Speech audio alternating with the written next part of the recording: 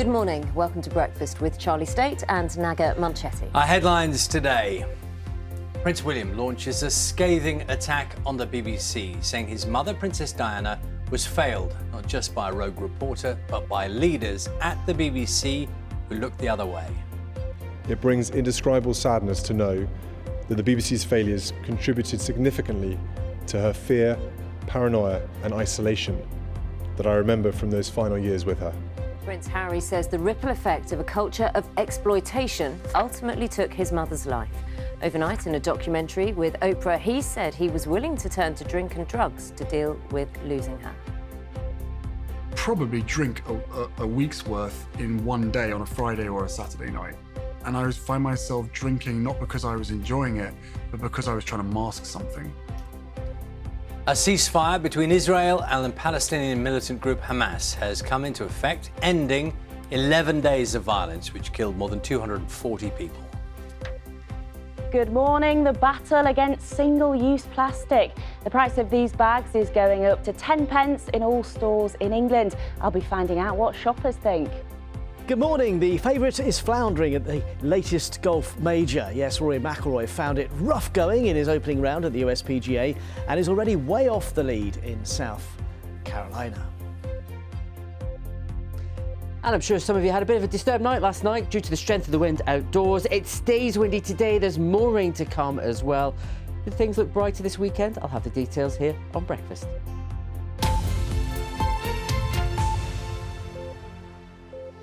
Good morning. It's Friday the 21st of May. The Duke of Cambridge has criticised the BBC, saying failures relating to the Panorama interview with his mother fuelled her paranoia and worsened his parents' relationship in their final years. It comes after an independent inquiry found the 1995 interview with Princess Diana was obtained by deception.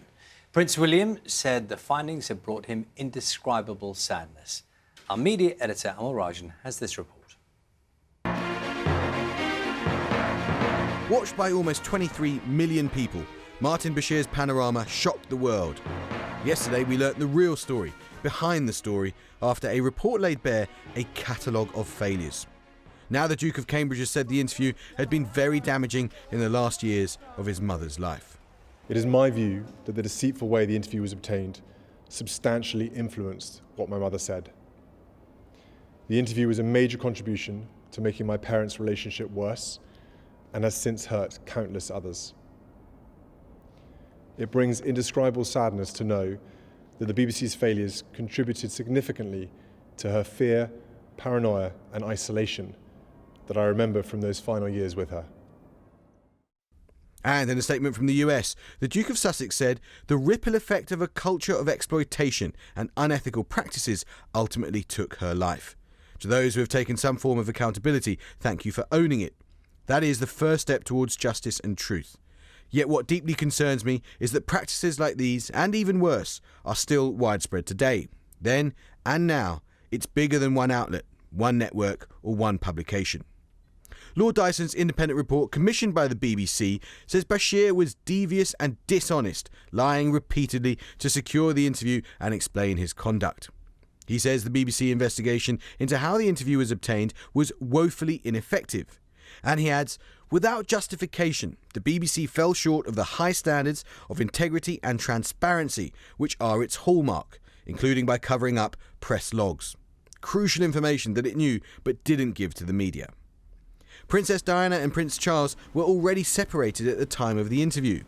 Early in September 1995, Bashir met Earl Spencer.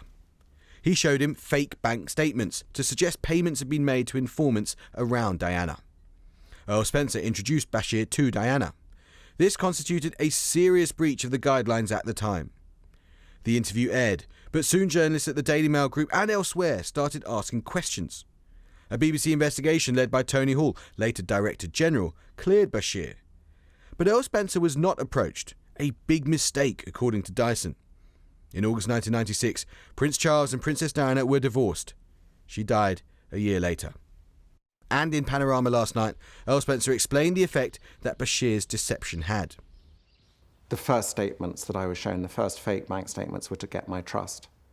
The second set was to get to Diana, and then to get the interview. So it's a very clear chain from anyone logical's point of view. The irony is that I met Martin Bashir on the 31st of August, 1995, because exactly 2 years later she died. And I do draw a line between the two events. This is a young girl in her mid-30s who has lived this extraordinarily turbulent and difficult time in the public eye. She didn't know who to trust, and in the end, when she died 2 years later, she was without any form of real protection. Martin Bashir won a BAFTA for the programme. He left the BBC last week, having been rehired in 2016. He has long argued that Diana would have agreed to speak to him without the fake bank statements. In a statement he said, "I apologise then and I do so again now over the fact that I asked for bank statements to be mocked up. But I absolutely stand by the evidence I gave a quarter of a century ago, and again more recently." Lord Hall of Birkenhead, who as the director of BBC News conducted the investigation into Bashir's conduct and was until last August the Director General, has apologised and said that he was wrong to give Bashir the benefit of the doubt. The BBC has written to members of the royal family to apologise for what happened, and it says it has no plans to run Martin Bashir's panorama in full again. Amol Rajan, BBC News. We can talk now to our media and arts correspondent David Sillito. David, morning to you. So this is going to have an impact on the corporation's reputation. Very much so. Lord Dyson's report says two words that really stand out. This is about the integrity and transparency of the BBC. When Prince William made that statement last night, he wasn't talking about the BBC 25 years ago. He was talking about the BBC. He felt very let down. And that's the question that is facing it. Now, it is already said, its Director General Tim Davie said this was a dark day for the BBC. Many questions raised. There's already been an apology to Prince Charles for the lurid and untrue claims that Martin Bashir made about members of the royal household taking payments, and the BAFTA has been handed back for that programme. But that's just the beginning. And I think maybe you should look also at Prince Harry's statement. And he says, well, he wants to give some sort of degree of acknowledgement that at least this is the beginning of some form of accountability, a step towards justice and truth. He's certainly thinking this is not the end, but more hopefully the beginning in his mind of looking towards how his mother was treated through those years more widely by the press. David, thanks very much. David Sillito there. Well, Prince Harry has described how he was willing to turn to binge drinking and drugs as a way to deal with the trauma of losing his mother. He was speaking in the first part of a television series he's produced alongside the American chat show host Oprah Winfrey. It looks at mental health issues. Our royal correspondent Sarah Campbell has more. This is where Prince Harry said he was happiest, in the army, with no special treatment, wearing the same uniform as everybody else. It was carrying out royal duties that he now says caused him severe anxiety and panic attacks. To help him cope, he turned to drink. I was willing to drink, I was willing to take drugs, I was willing to try and do the things that made me feel less like I was feeling. But I slowly became aware that, okay, I wasn't drinking Monday to Friday, but I would probably drink a week's worth in one day on a Friday or a Saturday night.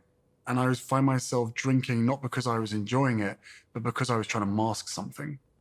In perhaps an early warning sign of future problems, it emerged in 2002 that Prince Charles had sent a teenage Harry to meet staff and patients at a drugs rehabilitation centre after he admitted smoking cannabis at the Highgrove estate. Understandably, Harry attributes much of his pain to the very public loss of his mother when he was just shy of his 13th birthday. For me, the thing I remember the most was the sound of the horses' hooves going along the pavement, along the Mall, the red brick road. By this point, both of us were in shock. It was like I was outside of my body and just walking along, doing what was expected of me, showing 1/10 of the emotion that everybody else was showing. Charles. So this is my mum. You never even met her. Now living in California with his family, after years of not talking about his grief and trauma, Harry firmly believes discussing his mental health battles publicly will help others. Back in Britain, it has been a difficult few months for the royal family, who are also having to come to terms with Harry's determination to share his pain with the world. Sarah Campbell, BBC News. Well, you can speak to Sarah now. Morning to you, Sarah. There's been a lot of talk ahead of this documentary's release. What more came out of what Prince Harry said? Yeah, good morning. As you say, a lot of talk about this documentary. This documentary was actually mooted about 2 years ago, so in the summer of 2019, so long before Megxit, long before all the issues that have been since then. And there have been 5 episodes now that have been made available overnight, so just in the last couple of hours. And looking through those episodes, again, it's Harry, it's his attempt to share his mental health problems, he thinks, as a way to help others deal with theirs. And of course, as I said there in that piece, the other people that have to deal with this newfound openness are, of course, his family. Now, he has, in a recent podcast and in that interview with Oprah Winfrey, which aired back in March, been critical of the royal family, and in these episodes the same is true. So he talks about the fact that when he first met Meghan, there was a huge amount of press, there was a huge amount of social media attention, which they found very difficult, but they didn't get the help that they wanted from the royal family. Let's take a listen. The clicking of cameras and the flashes of cameras makes my blood boil. It makes me angry. It takes me back to what happened to my mum and what I experienced when I was a kid. That's enough. But it went to a whole new depth with not just traditional media, but also social media platforms as well. I felt completely helpless. I thought my family would help, but every single ask, request, warning, whatever it is, just got met with total silence or total neglect. There you go, speaking in this documentary. Now, the documentary series is not just featuring Prince Harry, it features other celebrities, Glenn Close, Lady Gaga, as well as sort of members of the public, again, sharing their experiences of mental health issues. But clearly, because of Prince Harry's status, because of what's happened over the last few months or so, he will be the one, and his reactions will be the one that will be no doubt picked up widely, not just here in the UK, but across the world. Sarah, for the moment, thank you.